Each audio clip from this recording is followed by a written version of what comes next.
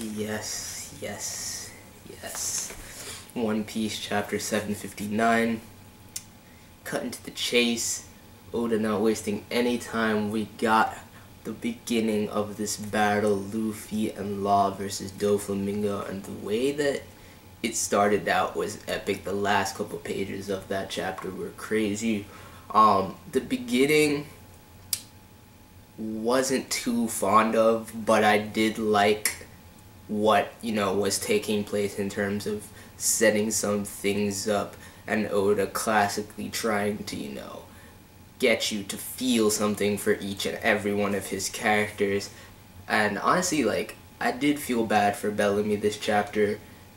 Bellamy is one of the characters that if you asked me to name, a top anything of One Piece characters, he wouldn't even come to mind as a character in the series. If I had to, list all the One Piece characters that I could, just back to back, off the top of my head, I wouldn't think of Bellamy till many, many moons and eons later. But this chapter, I barely felt anything, honestly, I'll tell you that, but I still felt bad for him because the way that Doflamingo was treating this dude was fucked up, dude.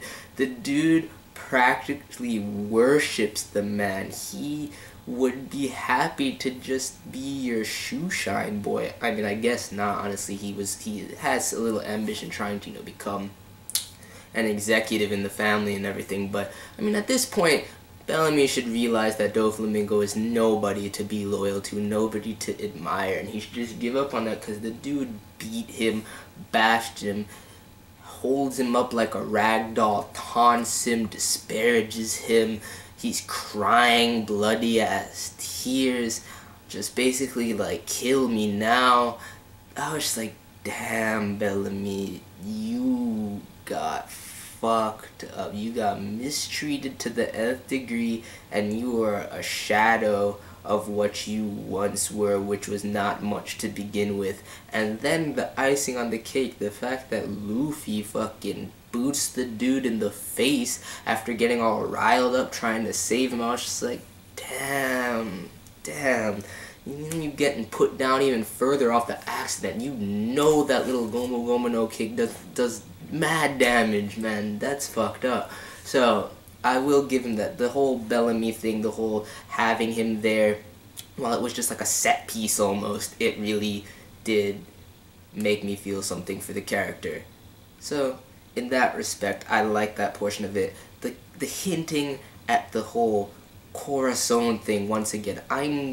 This is what even more so than this fight starting, and I knew the fight would start before we got this backstory, but I just want the backstory more so than the fight at this point. I want to know about Corazon since the beginning of Dressrosa. I've been waiting for this since Law got shot up in the streets, and especially with that one flashback, and Law's potential health concerns and all of that, what the events of 13 years ago. I need to know about that now, Oda. Just break into the backstory, because this thing about Law would have been the third Corazon if it wasn't for the tragedy that occurred 13 years ago. What do you mean the third Corazon? Or wasn't Corazon one man? Isn't that Doflamingo's biological younger brother? You're telling me that Corazon is multiple identities, a title? What the fuck is Corazon? Then if the first Corazon was that your brother, and then there was a second Corazon, and then there was Law would have been the third one? So who's this mystery person? Or was there a first Corazon and the second Corazon was your brother,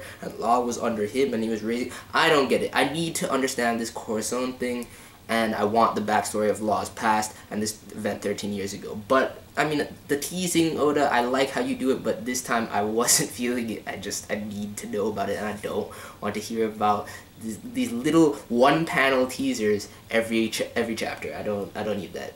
But when the fight actually gets started, and I thought that Luffy was just on his other shit, even though reading the chapter title and everything, because Luffy just gets riled up, we all know, and he just goes in, and I love that about him.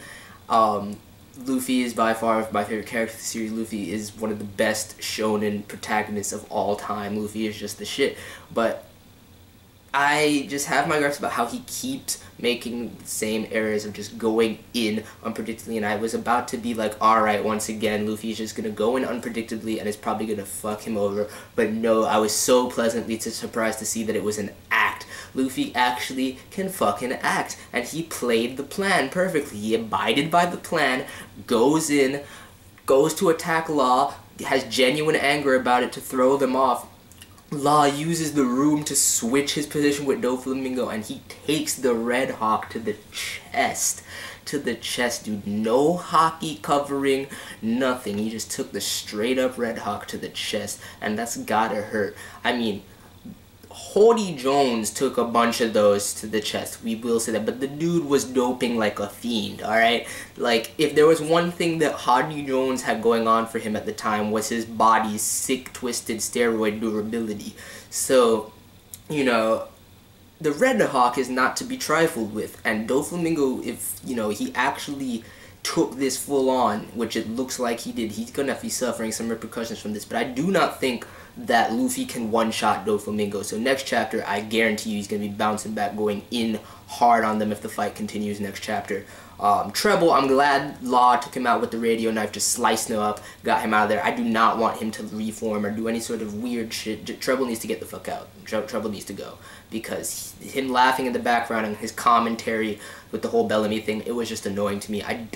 Fuck Trebol. Fuck Trebol. But I'm really happy to see this fight start. Just, it went hard. That whole switch reminded me a lot of when Tobirama and Minato set up that switch in Naruto so that Sasuke and Naruto could land the combination attack on Obito.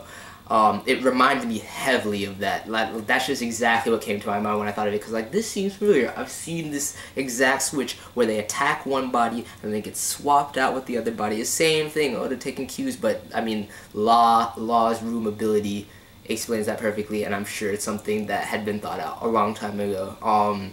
I just really like this chapter. I like the progression. I even like the Bellamy bit, just because it actually made me feel something for a character that I have zero feelings for. That's why I like it, and that's why Oda is so masterful in a way that he can do something like that. Like I said, love the fight progressing. I just want to know more about this Corazon shit though.